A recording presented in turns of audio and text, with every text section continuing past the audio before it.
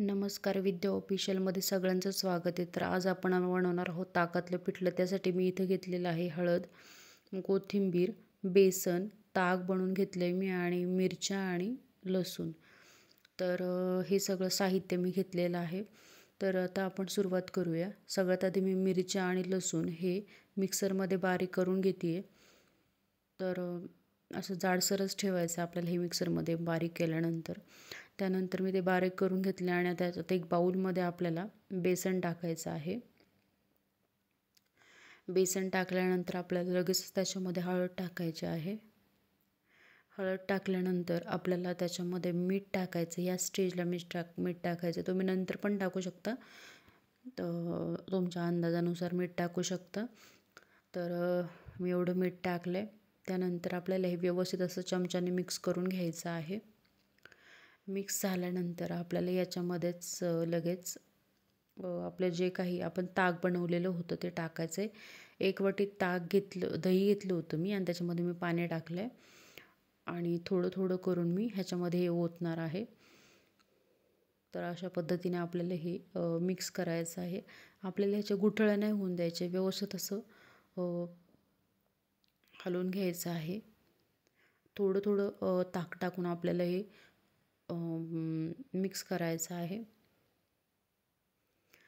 अशा पद्धतीने मी आधी थोडंसं ताक घातलं आहे, त्यानंतर परत एकदा मी ताक घातलं आहे आणि मग मिक्स केलं. आता सगळ्या गुठळ्या आपल्या मोडलेल्या आहेत, तुम्ही बघू शकताय.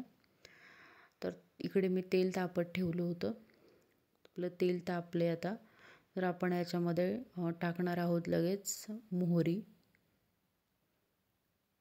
तुम्हाला जिरं आवडत असेल तर जिरं टाका. काही ठिकाणी टाकतात, काही ठिकाणी नाही. मला आवडतं जिरं म्हणून मी जिरं घातलं आहे. मोहरी, जिरे. त्यानंतर आपण याच्यामध्ये जे लसूण आणि मिरचीचं वाटण बनवलं होतं, ठेचा, तो आपण टाकणार आहोत. ठेचा थोडासा जाडसर ठेवायचा. मग आपल्याला हे 1च मिनिट फक्त हे परतून घ्यायचं आहे आणि आपण ऑलरेडी बेसनामध्ये हळद टाकली होती, त्यामुळं आत्ता हळद ॲड करायची गरज नाही आहे.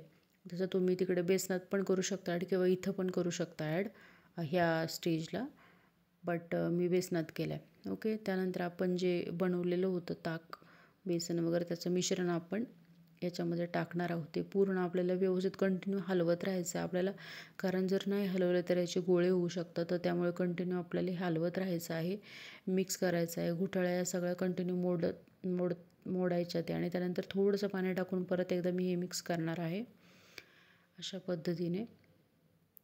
कारण जर आपण नाही म्हणजे पटपट आपण जर नाही सगळे मिक्स केलं तर ते गोळे होईल किंवा ते गुठळ्या होतील बेसनाच्या.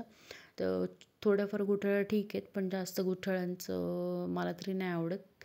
बेसन म्हटलं की थोड्याफार गुठळ्या येतातच, छान पण लागतात. तर अशा पद्धतीने मी त्याच्यावर झाकण ठेवलेलं आहे. आता 5 ते 7 मिनटं मी चांगलं त्याला शिजवून घेतलेलं आहे. आता इथं बघू शकताय तुम्ही आपलं व्यवस्थित बेसन असं शिजलेलं आहे 7 ते 8 मिनटं. ते परत एकदा मी मिक्स केलेलं आहे आणि हे जे बेसन आहे तुम्ही भातासोबत पण खाऊ शकता, पोळीसोबत, भाकरीसोबत खाऊ शकताय. खूप छान लागतं हे ताकातलं बेसन. एकदा तुम्ही नक्की करून बघा हे ताकातलं बेसन. त्यानंतर मी हे व्यवस्थित असं मिक्स करून घेतलेलं आहे. त्याच्यानंतर मी परत एकदा ह्याच्यावर एक 2 ते 3 मिनटासाठी परत मी झाकण ठेवलं होतं. थोडंसं पाणी टाकून मी परत झाकण ठेवलं होतं. अशा पद्धतीने परत मिक्स करून घेते आहे मी सगळं.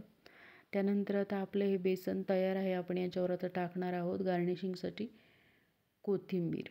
खूप सारी कोथिंबीर टाकायची आणि परत एकदा हे सगळं व्यवस्थित असं मिक्स करून घ्यायचं आहे. किती म्हणजे छान बेसन म्हणजे असं आहे की आपण कधीही खाऊ शकतो. रात्रीच्या जेवणात लाईटली जर जेवायचं असेल तर आपण हे खाऊ शकतो. भातासोबत खाऊ शकतो, पोळीसोबत, भाकरीसोबत खाऊ शकतो.